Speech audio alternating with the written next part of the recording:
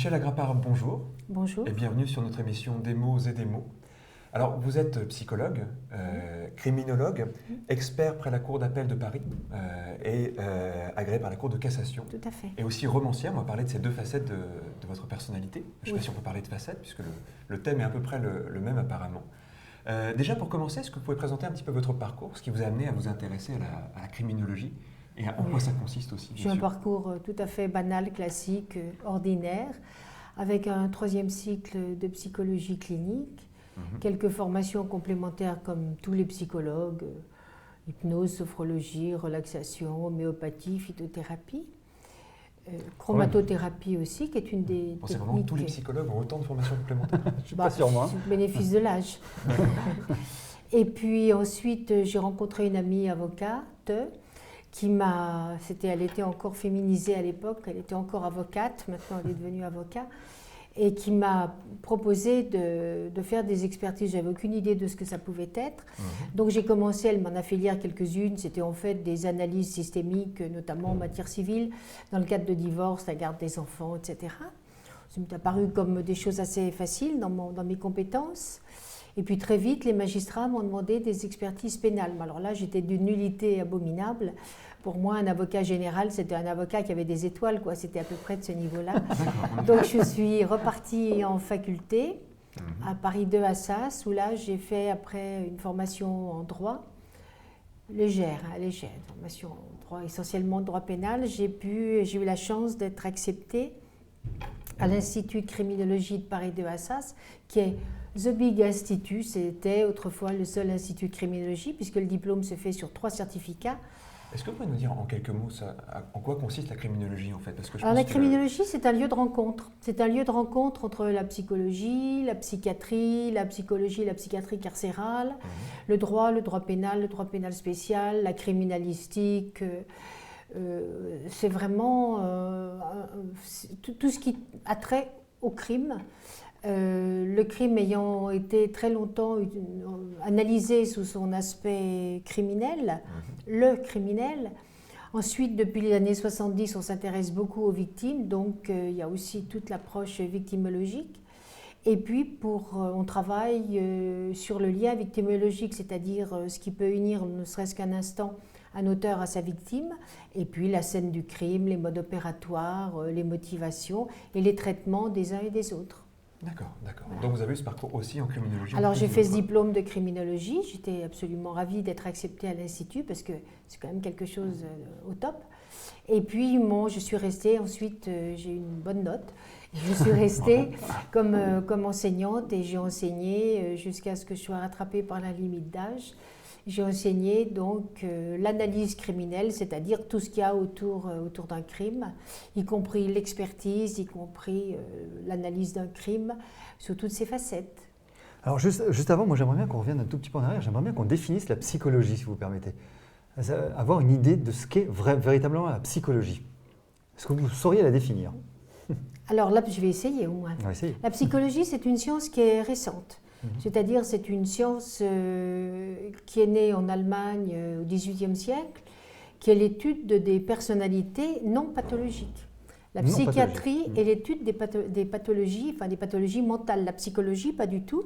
C'est comment fonctionnent les gens quand ils vont bien, quand ils fonctionnent bien, avec des difficultés qui peuvent être liées soit à des conflits internes, soit à des difficultés externes, maladie, deuil, agression, perte de travail, trop de gamins, enfin n'importe quoi, stress, mauvaise gestion du stress et tout. La première chaire de psychologie a été créée à la fin du XIXe siècle et la première licence de psychologie est née en 1947, c'est-à-dire qu'elle s'est beaucoup appuyée sur les études qui ont été faites sur les camps de jeunesse où on a beaucoup étudié les adolescents. Et voilà, alors 1947, première licence de psychologie. Actuellement, pour avoir le diplôme de psychologue, c'est une université, c'est la faculté de psychologie, où l'examen, le concours est en fin de première année comme en médecine, c'est-à-dire il y a 1000 personnes, il y en a 150 qui passent en deuxième année. Et puis, il y a ensuite un cursus banal, licence, master 1, master 2, puis pour beaucoup, spécialisation et doctorat. Alors il y a une différence quand même entre psychologue donc, et psychiatre.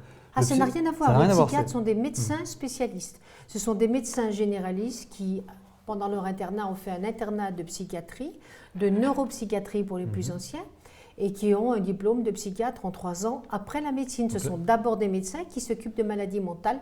Nous, pas du tout, les psychologues. Nous avons bac plus 5 ou 6 selon les spécialisations, mais nous ne sommes pas médecins. Pourtant, vous vous vous occupez pas du tout des pathologies, donc.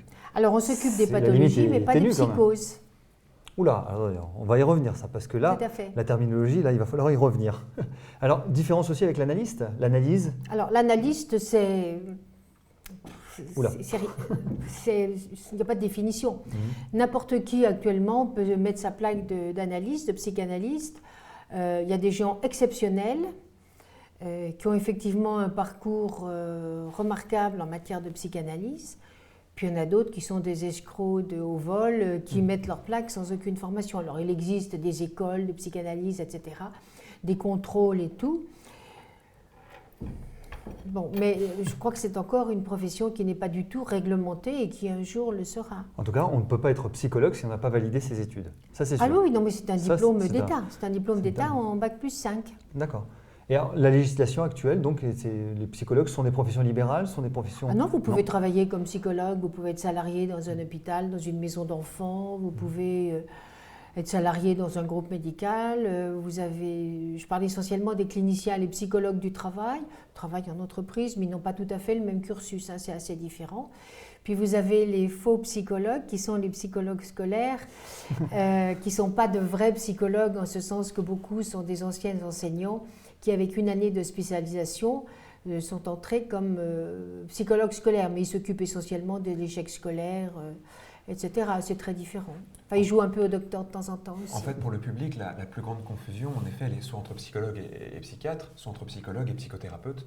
La plupart des gens ne font pas du tout la différence. Tout à fait, les psychiatres sont des médecins, les psychologues sont des psychologues qui ne sont pas des médecins. Ouais, mais l'un et l'autre mettent sur leur plaque leur origine et l'université où ils ont été diplômés. Voilà.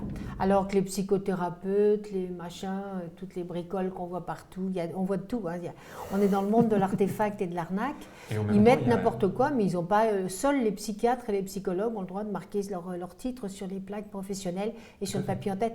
Nous déposons nos diplômes à l'URSSAF, nous avons un numéro de référence à l'URSSAF.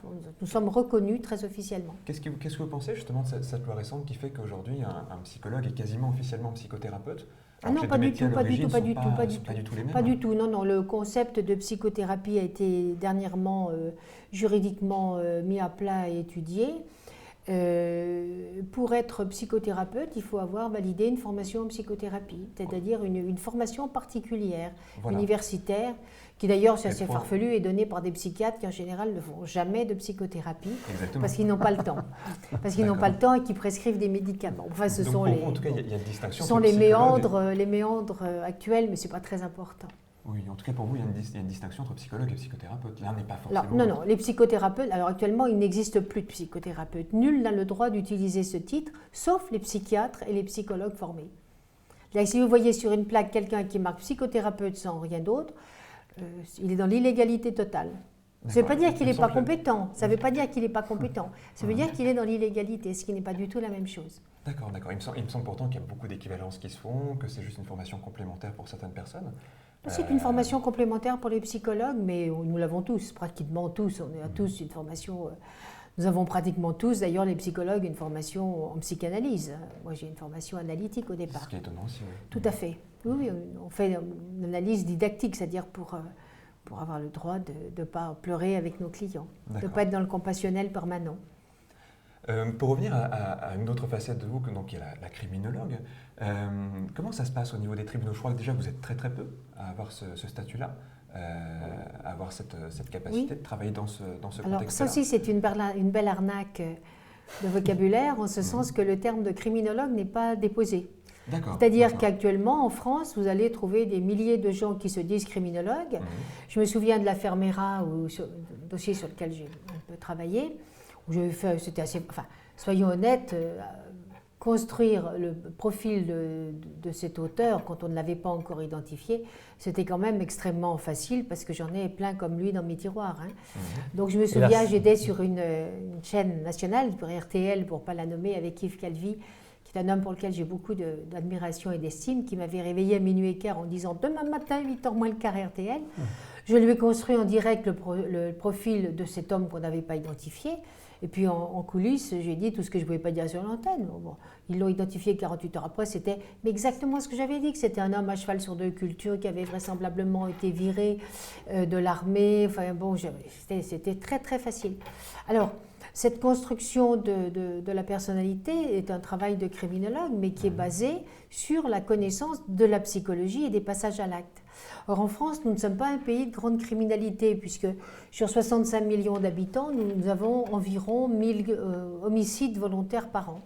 Ces homicides sont essentiellement constitués des règlements de compte, Marseille, la Corse, enfin, là où il fait chaud. Presque caricatural comme ça. Mais... Voilà, essentiellement des règlements de compte. Elle parle en expert. Hein, trafiquants, et puis alors les banlieues avec les trafics de drogue, les trafics en tout genre, d'armes, les conflits de territoire. Et puis une grande partie aussi de ces homicides volontaires est constituée par les crimes intrafamiliaux. La famille est le lieu de tous les dangers. C'est dans les familles qu'on risque le plus de se faire trucider. Notamment, il y a environ 160 femmes qui chaque année sont tuées par leur conjoint. Enfin, il y a quand même une quarantaine d'hommes aussi tués par leurs femmes. Enfin, on en parle moins, ça. On en parle moins, exactement. On en parle beaucoup moins. Pourtant, elles tuent actuellement comme les hommes. Elles tuent, alors avant on parlait du poison, mais le poison c'est un médicament, maintenant on a remplacé le poison. Mais l'arsenic c'est fini, il est identifié dans le sang depuis 1852, donc l'arsenic on le trouve toujours. Souvenez-vous de l'affaire de Marie Bénard qui a été innocentée et qui a fait don, oui, elle a jamais été considérée comme coupable. Elle a fait don de son corps à la science, ce qui a évité qu'elle soit enterrée dans le cimetière où l'arsenic tient lieu d'engrais d'ailleurs. Et puis voilà, donc les femmes elles tuent comme ça, elles tuent à l'arme blanche, elles tuent avec des armes à feu à bout touchant, elles deviennent terroristes. Actuellement, on commence à avoir une jolie parité en matière criminelle. Très bien. Première rubrique. Ça va ? Ouais.